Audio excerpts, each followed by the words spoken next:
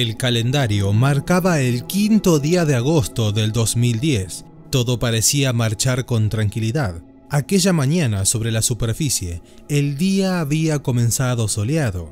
Sí, parecía un día normal como cualquier otro. El jefe y encargado ordenó a los trabajadores las tareas que ya tenían programadas días antes para realizar en la mina.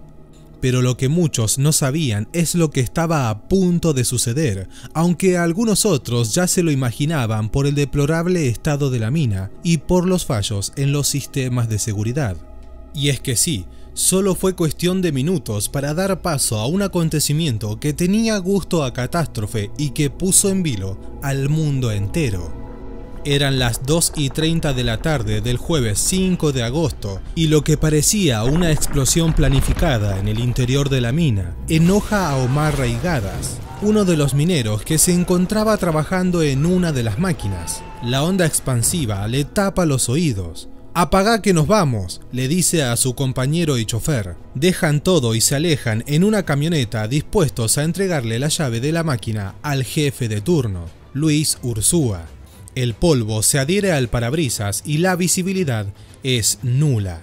Las rocas crujen y las paredes arrojan piedras. El largo trecho hacia la rampa de salida se hace espeso, pero la cólera de Omar se diluye cuando advierte el pasmo y la incredulidad de los otros mineros. Y es que Urzúa le jura que la explosión que escucharon no fue planificada, es más, ni siquiera había sido una explosión. Más bien, una piedra de 70.000 toneladas con el tamaño de una de las Torres Gemelas había caído sobre el camino.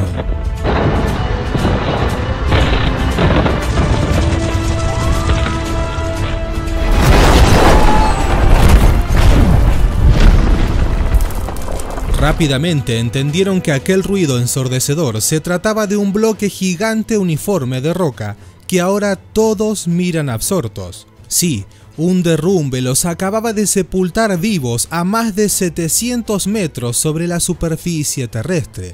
Pero, ¿qué fue lo que ocurrió realmente y cómo se efectuaron las tareas de rescate? Bien, todo eso y mucho más veremos a lo largo de este video con detalles reveladores e impactantes de aquel terrible momento que les tocó vivir a aquellos mineros chilenos y que puso a millones y millones de personas a lo largo y ancho del mundo expectantes frente al televisor para ver cuál sería el desenlace de esta historia. Antes de continuar con el video, quiero recomendarles un nuevo canal amigo sobre casos de investigación. En él podrán conocer los más grandes crímenes y misterios de todo el mundo, desde los más populares hasta los más despiadados, pero que nadie los muestra. Desde los hermanos Menéndez, el caso del payaso que inspiró la película de It, la abuela caníbal que se comía a sus víctimas y muchos otros más. No se lo pierdan, les dejo el link en la descripción y en las tarjetas para suscribirse.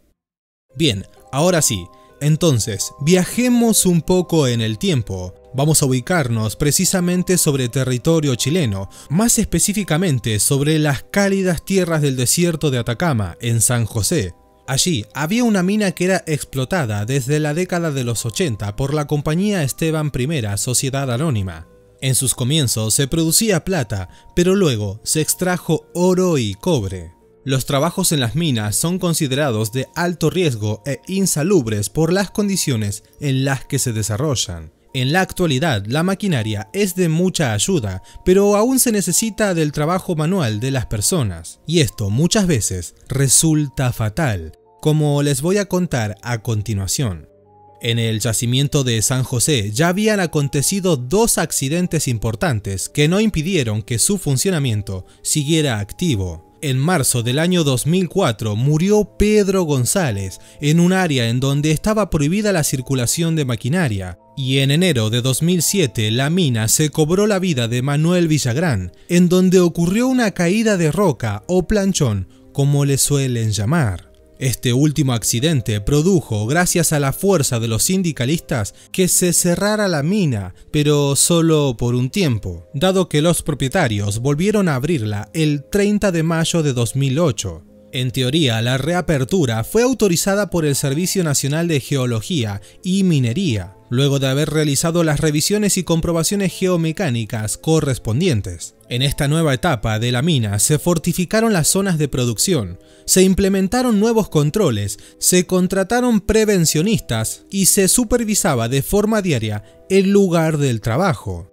Sí, la empresa parecía haber tomado conciencia de las nuevas medidas para que no se repitieran más muertes. Pero un mes antes de la tragedia, el 3 de julio de 2010, el minero Gino Cortés perdió una de sus piernas por un desprendimiento de material rocoso, debido a la falta de reposición de una malla de fortificación del techo, pero las investigaciones posteriores sí demostraron que se habían cambiado. El hecho no tuvo mucha trascendencia hasta el accidente del 5 de agosto.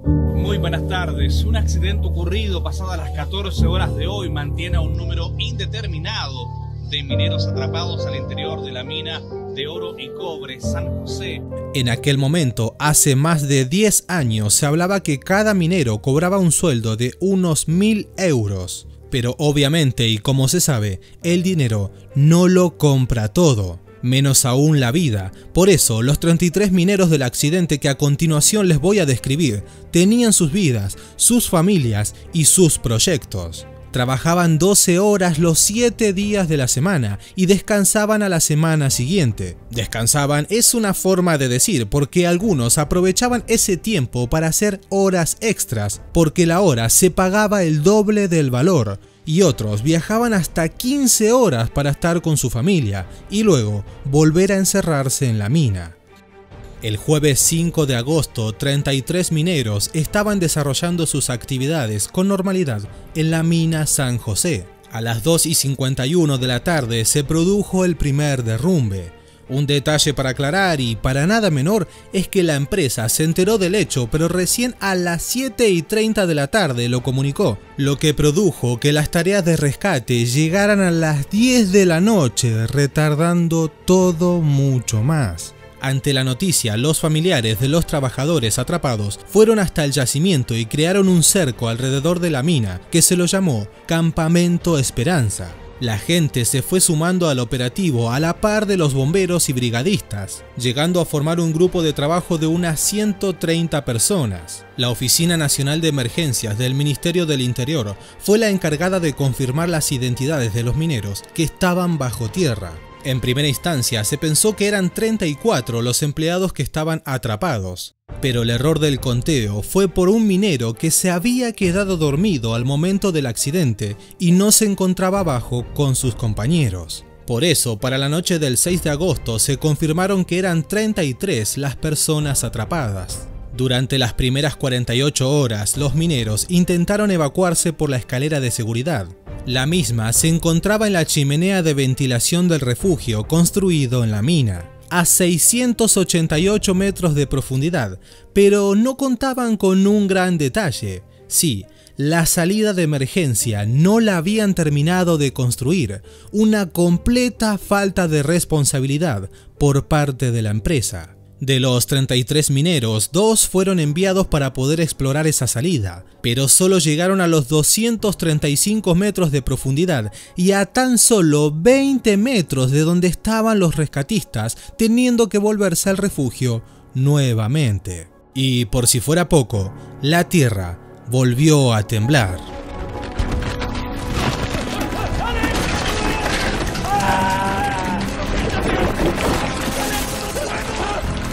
El país entero seguía el minuto a minuto en los medios de comunicación. Había tensión, angustia y desconcierto. Solo querían que los mineros estuvieran a cielo abierto. Esta vez el movimiento terminó por bloquear de manera absoluta la chimenea de ventilación, de la cual se disponía como único lugar para poder rescatarlos. Esta vez la obstrucción se trataba nada más y nada menos que de una roca de 700.000 toneladas. Y hablando de un movimiento de tierra grotesco sobre Chile, quiero recomendarles un informe completo que hice en este canal sobre el terremoto más grande registrado por el hombre en Valdivia durante el año 1960.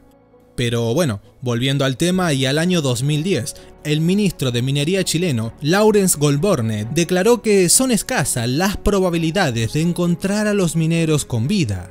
Sí, la situación cada vez se hacía más y más difícil. Del derrumbe, sumado a que no había escalera de escape, llevó al gobierno chileno a tomar la decisión de cancelar el rescate, rindiéndose sin esperanza alguna de sacarlos con vida de aquel horrible lugar.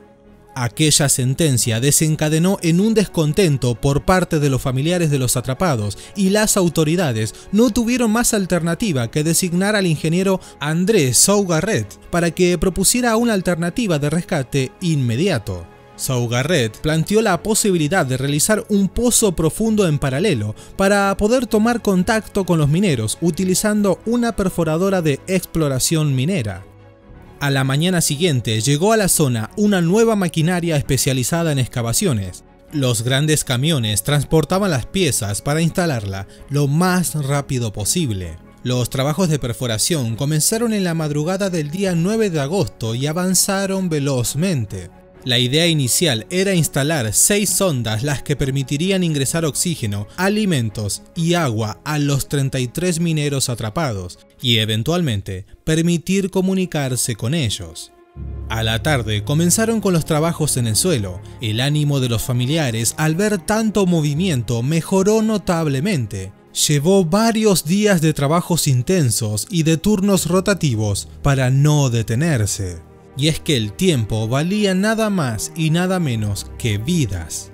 Cuando llegaron a los 510 metros de profundidad, hallaron una especie de taller, pero estaba abandonado.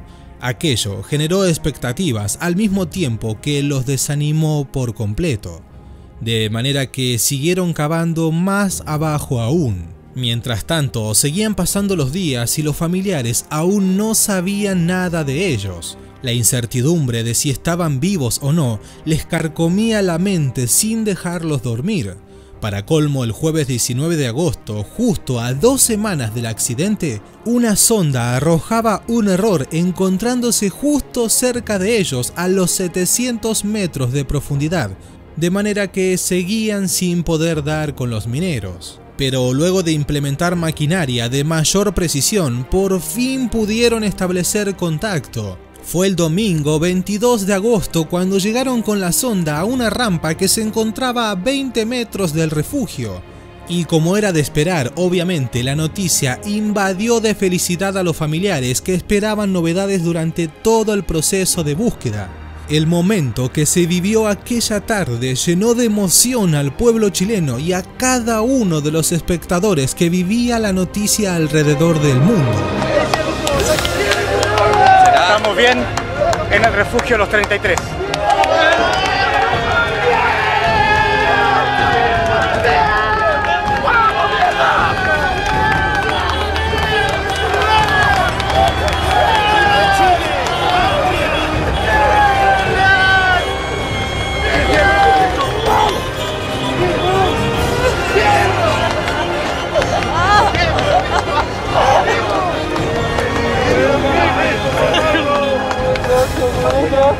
Gracias, weón.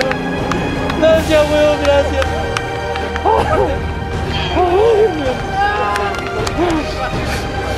Gracias, weón, gracias. Gracias por todo el apoyo. Como acabamos de ver, cerca de las 3 de la tarde pudieron comunicarse con los atrapados.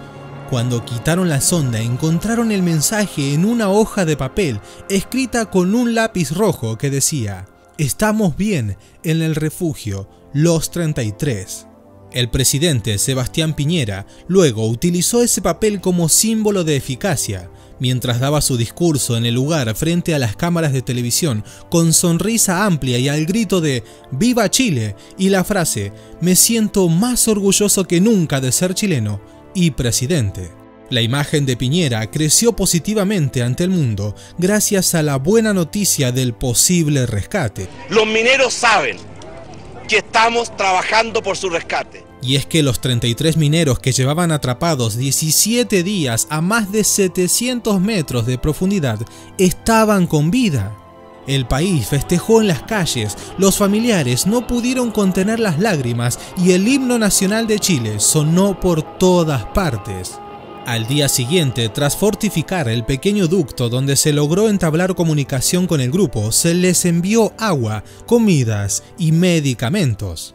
Desde el exterior necesitaban saber su estado de salud y por las imágenes no podían saber con certeza cómo estaban. Por eso, unas horas después se les entregó un cuestionario para que respondieran e informaran sobre su estado de salud. El resultado de la evaluación dio que 5 de cada 10 mineros tenía estrés. También se enteraron que hubo un utensilio que les salvó la vida. Sí, los mineros usaron una cucharita para dividir una lata de atún entre todos los hombres. Antes de haber recibido nuevos suministros, los mineros sobrevivieron compartiendo tan solo pequeñas porciones de atún y agua que había en el refugio. Pero mientras que por un lado la gente se enteraba que los trabajadores se encontraban bien, bueno, dentro de lo que claramente les tocaba vivir. Ese mismo día, Alejandro Bon, uno de los dueños de la mina, descaradamente anunciaba que la empresa no estaba en condiciones de garantizar el pago de los salarios de los mineros, ni los seguros por accidente laboral. El empresario reconoció textualmente que, debido al prolongado cierre, tuvimos un deterioro económico importante y a la fecha no hemos podido reponerlos, pero la cobertura de los seguros en estos casos es bastante baja. Ante las críticas de las personas, Bon dijo que no tenía la intención de seguir con la mina San José, solo estaban enfocados en el rescate. Es por eso que, culpando al derrumbe, despidió a unos 300 trabajadores que se desempeñaban en el lugar. El día martes 24 de agosto se sumó al equipo de brigadistas el Grupo de Tarea Naval 33. Los especialistas submarinistas de la Armada de Chile capacitaron al personal que se mantuvo activo desde el primer momento en lo referente a medicina operativa. 2 días después, el jueves 26 de agosto, fue un día singular y de mucha alegría. Y es que mediante una cámara de video que utilizaban para inspección, establecieron nuevamente contacto con los mineros. ¿Aló? Sí, escucha. Lo estamos escuchando todo fuerte y claro. ¿Quién habla? Está hablando el jefe de turno Luis Ursúa. Luis Ursúa, acá habla el ministro de Minería, Lawrence Goldborn. Estamos reunidos 20 personas acá para proveerles ayuda inmediata. ¿Cómo se encuentran? ¿Cómo están? Correcto, estamos bien, con los ánimos esperando que los rescaten. Pero esta vez fue diferente, ya que por fin podían verlos. Allí lograron captar las primeras imágenes de los trabajadores. En ellas se pudieron ver a cada uno de los mineros. Luego mostraron la instalación donde estaban y después de los aplausos agradecieron por la ayuda, se dieron ánimos y saludaron a sus familias. El video que fue mostrado en televisión emocionó a todo el país y recorrió el mundo entero. A partir de ese momento, Jim Romagnoli fue uno de los médicos que hizo la diferencia. Y es que vigiló la salud y el bienestar de los mineros y los mantuvo con vida. Su difícil tarea le inspiró a escribir en su casco la siguiente frase: "Nadie se queda abajo". Los mineros se comunicaban con él constantemente. Romagnoli, a través del tubo de 12 centímetros y más de 700 metros de profundidad, les preparaba iPods con música para ellos. Además, les grabó videos con acontecimientos físicos con la esperanza de que los mineros bajaran de peso y pudieran caber en la cápsula de rescate. Una pieza clave para poder continuar con su salvación. Luego de todo aquello, se dio a conocer el siguiente paso. Sí, la Operación San Lorenzo. Un equipo de ingenieros y especialistas de rescate serían liderados por el ingeniero Andrés Sougarret, quien se encargó desde el primer momento de los sondajes múltiples. Andrés Sougarret, estoy a cargo del rescate de acá de la mina San José. A partir de ahí planificaron lo que pasaría a ser el rescate definitivo, que pasaría a la historia por ser uno de los más significativos y difíciles a la hora de efectuarlo. Para ese momento, los especialistas habían logrado regular el ingreso de alimentos más complejos, como comidas sólidas y calientes, de manera que siguieron realizando los estudios topográficos para saber ubicarse en el mejor lugar. Hubo asesoramiento previo al rescate por parte de expertos. Gracias a esos contactos hubo varios planes iniciales que luego cambiaron. El primero era utilizar una máquina perforadora de gran tamaño denominada Riser Borer o Strata 950. Con ella debían realizar un túnel vertical. El segundo consistía en cavar de manera horizontal desde un lugar cercano con una máquina de menor tamaño denominada Jumbo. Sougarret y su equipo debían elegir la mejor opción para ellos. El tiempo estimado que esperaban tardar para terminar el rescate era entre 3 y 4 meses. El plan A, como fue designado, era utilizar la máquina antes mencionada, que tenía una velocidad promedio de 20 metros por día. Pero todos eran cálculos matemáticos. Podría suceder que en el medio la naturaleza presentara rocas difíciles de romper, eso sin contar con los problemas técnicos como ya había pasado antes. Así fue como la Strata 950 fue ubicada cercana a la chimenea de ventilación. Desde la parte más alta del cerro despuntaba una salvación metálica del que todos los medios de comunicación hablaban. De manera que arrancó con la perforación de un ducto de 33 centímetros para luego ampliarlo al doble. Sus 66 centímetros de espacio serían suficientes para ingresar a una persona. En ese momento, todas las miradas se posaban sobre las 3 cápsulas de rescate. El ingeniero Alejandro Poblete Villablanca fue el encargado de diseñarlas y gracias a los astilleros de la Armada nacieron de las cenizas las cápsulas Fénix. Estas estructuras metálicas podían moverse dentro de un ducto con facilidad, tenían un arnés para la persona rescatada, un suministro de oxígeno y un micrófono con parlantes, los cuales fueron usados para conectar a los mineros con los rescatistas que se encontraban en la superficie. A ese plan se le sumó otro por si algo no salía como lo esperado. Sí, estamos hablando del plan B, que era utilizar una máquina perforadora llamada T-130, que se utilizaba comúnmente para llegar a pozos de agua profundos, agrandando así un sondaje previo para luego volverlo a agrandar. La Transformer, como le decían los familiares, llegó a la mina el 3 de septiembre e inició sus operaciones lo más rápido posible para trabajar a la par de la otra. Por otra parte, hubo uno o más que se bautizó como Plan C, que era la de utilizar una máquina perforadora creada para cavar pozos petrolíferos. En este caso era un artefacto enorme. La ventaja era el diámetro de 70 centímetros que hacía en un solo paso. El 19 de septiembre, cuando la llevaron a la mina, la gente, al ver el tamaño, no pudo hacer otra cosa que aplaudir. Luego construyeron una base de concreto y la ubicaron en posición. Tenían las herramientas para, junto a las cápsulas Fénix, salvar las vidas de los mineros. Al día 19 de septiembre, las 3 estaban en funcionamiento. Con todo trabajando, siguieron asistiendo a los hombres bajo tierra. Le brindaron ropa adecuada para el rescate y así poder preservar la frágil salud de los 33 afectados. Se les entregó cascos especiales y lentes filtrasol de alto grado para evitar daño por iluminación repentina. Y es que si el sol les llegaba a dar de frente, posiblemente se podrían lastimar la vista gravemente. El 30 de septiembre, los familiares ayudan a los mineros desde el exterior y se organizan para demandar a la mina y sus dueños por $12 millones. A aquella demanda se le sumaría la de los mineros, pero para algunos quedaba un interrogante. ¿Y es que el Grupo San Esteban realmente fue el culpable? Bueno, la respuesta está al final del video, así que no vamos a adelantarnos todavía. Como les seguía contando, finalmente, el sábado 9 a la mañana, la máquina perforadora del Plan B en manos del jefe Hart, un estadounidense de 40 años, por fin logró llegar donde se encontraba el taller de la mina.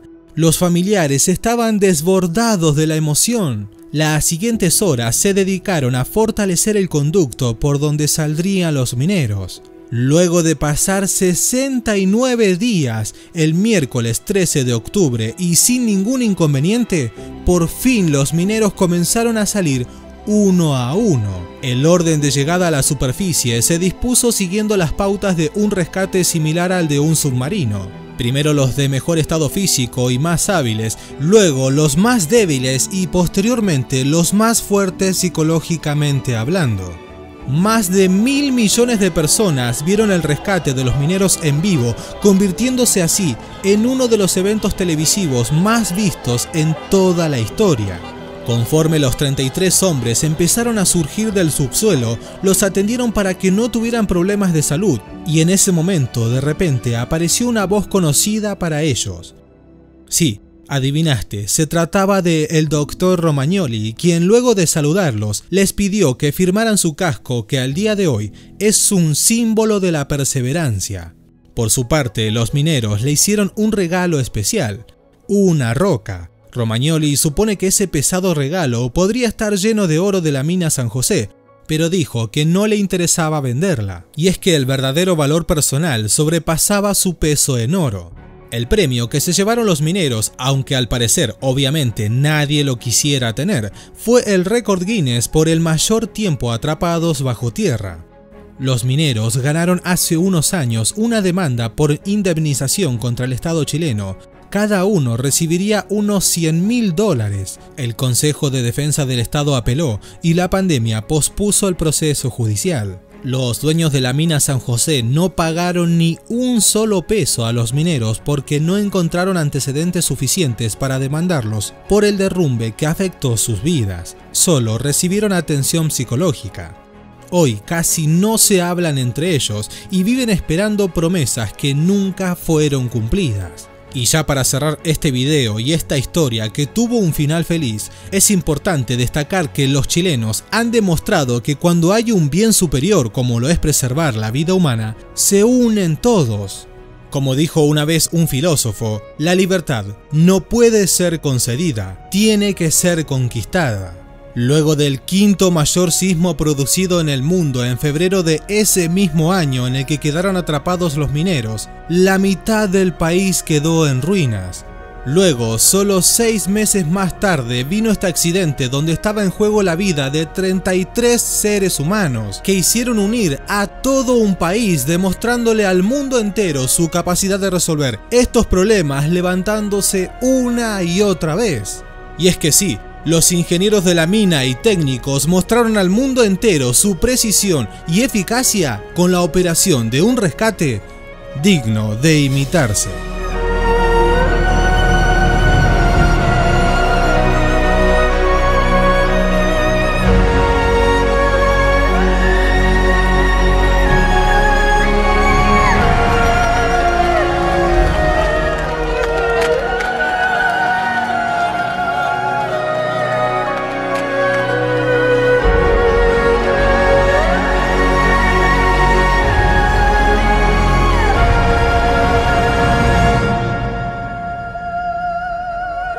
Pero bien, hasta acá el video de hoy. Pero antes de que te vayas, te recomiendo estos 2 videos donde verás casos también muy interesantes. Y si no te querés perder ningún video de este estilo, te recomiendo que te suscribas y actives la campana de notificaciones. Bien, yo soy Gabriel Navarrete, esto fue Grandes Misterios, nos vemos en un próximo video. ¡Chao!